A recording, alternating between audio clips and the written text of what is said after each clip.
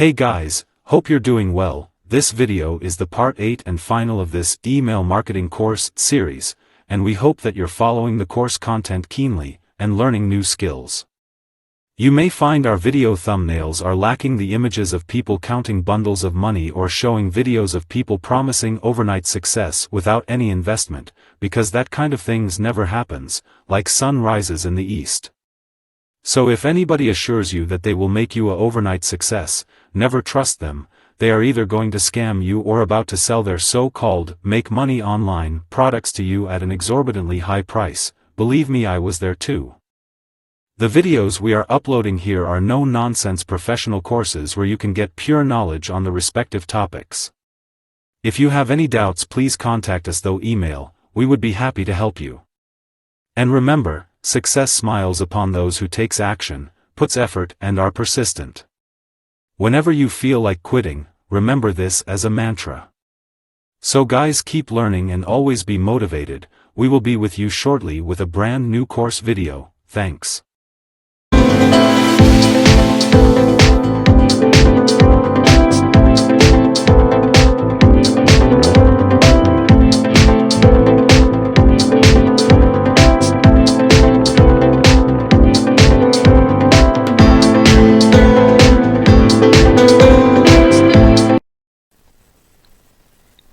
Welcome back. Now in this video we are going to just go through a brief process of showing you how to upload files to your domain name and your hosting. And whenever you place files on your domain name and hosting, you are going to need to have a special program that's called an FTP program, and we'll show you that right now. Now the free program that most marketers use is called FileZilla, and all you got to do is go to the FileZilla link that goes right here at the top. You're going to want to download the client copy. There's also a server download, but you want to download the client copy, and then you're going to have a program on your hard drive. Now that program is going to look something like this. And what you're going to be able to do is you are literally going to be able to see your website from the other side or from the other end, and you are going to be able to upload files to it. Now in this box, that is the host box, this is going to be the name of your domain name. So in this particular case, you're going to want to, without the www, without the HTTP, going to want to write in your host name. In this area, you're going to get a username. Now this username is going to come from your hosting account, right? So you'll need to get that information. It'll typically come in an email, and you're going to use that information in order to log in. You're also going to get from your host a password to use. Now you'll be able to use that password for this domain name and this hosting, and that will allow you to log in and get into the files into the back area of your website. You're going to see one other box here, and that's going to be the port area. You're not going to use that area too much, so for the most part, if you use HostGator, you'll just be able to use these three boxes in order to get your website started. Now once you have all that information entered in here, you're just going to click the Quick Connect button here. And when you do that, you're going to see some files here. You're going to see this particular directory that says public HTML. Now that's really where you're going to put all of the files that the public is going to see. Now when you want to create a place to, let's say, put a file that's going to be downloaded, you're going to do it inside of this public HTML folder. So the way FileZilla works is that once you're logged in, you can literally click these directories and use them just as you would on your personal computer. So what I'm going to do now is I'm going to go ahead and I'm going to click inside of the public HTML folder. Now as you can see, there are no folders there. So what I'm going to do now is, just so that you can see me do it, I'm going to create a folder and a directory, and I'm going to just right click. I'm going to create a directory, and I'm going to put in here bonus. Right, so if I want to deliver my bonus from that directory, now all I've got to do is click inside of here, and I'll literally be able to use this directory on my server in order to deliver my bonus. So let's take a look at how I would do that. So of course what I would do is I would make it deliverable. I'd right click it, I'd send it to a compressed file on my computer. Then once I do that, then it's ready for uploading to my server. And literally all I've got to do is drag and drop it up to my server, and I'm going to do that by just sliding it over, dragging and dropping it into that bonus file, and it's going to start the upload process. And there you'll see it's now on my server, and now I can deliver it. Now in order to get the URL, all I would have to do is have my domain name and then / and this directory. So when you see the public HTML, you might want to say that that's just like seeing your domain name. So this would be your domain name / bonus and then your webinar file, and you would have a file that is ready for delivery. And that is how you upload files to your hosting. So with that, thanks, and I will see you in another video. Welcome back. Now in this video, we are going to discuss an easy website alternative both to manage and to get installed. And it's actually called WordPress. You may have heard of it. Now we're going to do a brief WordPress installation, and all you're going to have to do is to get into the control panel of your website, or the cPanel, and then we are going to get started.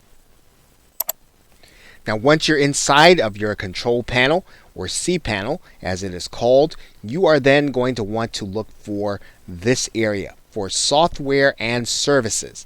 Now wherever you see a software and services installation facility, you are going to log into one called Fantastico, and we'll just go ahead and click this link. Once we're on the inside, we are going to look for WordPress, and we're going to click that. And then we are going to do a new installation. So all you've got to do is click New Installation for WordPress here. And if you want to install WordPress as your main website, you're not going to put anything in that directory. You're going to give yourself an administrator name and password. You're going to want to type in, you want to give yourself an admin nickname. You're going to want to put the email address where you want everything to go to. And then this you can leave blank, or you can write something in here. This is what you're going to call your site. So I'm going to go ahead and type this in, and then we're going to just click Install WordPress. Okay, Fantastico will then prompt you to finish the installation. You're going to click that button there. And then you want to have the details sent to your email address, and then you are ready to log into your website. You want to go ahead and click this directory. And that will bring you to your WordPress website, and then all you'll need to do then is log in. And you will then have access to your website. Your website will be very basic when you look at it. And it will need some customization.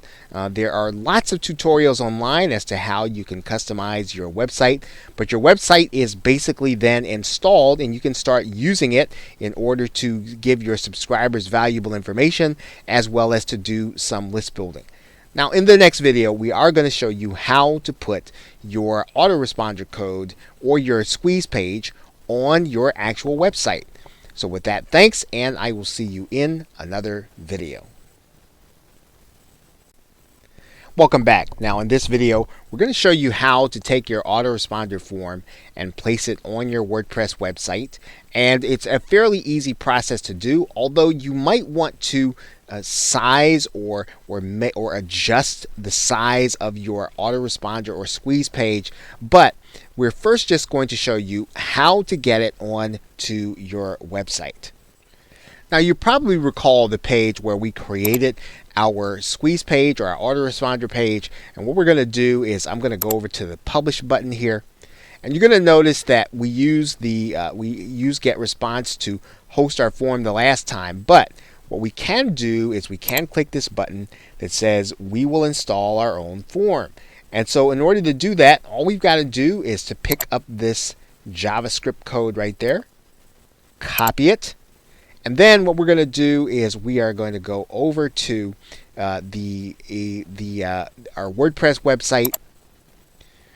We can put it on a page, we can put it inside of a post, or we can put it in a widget. Now in this particular case, we're just going to use a page here.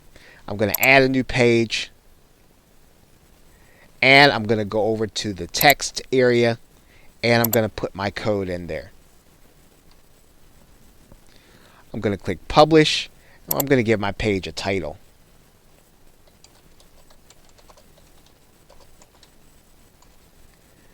And then we're going to click publish.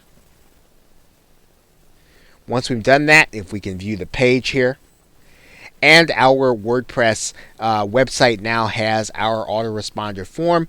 All we've got to do is we can name this, or we can adjust it to look the way we want on our website. But that is how you get your form onto your website. You can put it inside of a post. You can also put it inside of a widget. Pretty much you can make it as flexible as you want inside of WordPress. Now, once again, if these things are too technical for you, or you want to do something specific, the best suggestion is that you would go ahead and have this outsourced. It is something that people can do very inexpensively, and you can spend your time then on marketing your business. So with that, thanks, and I will see you in another video.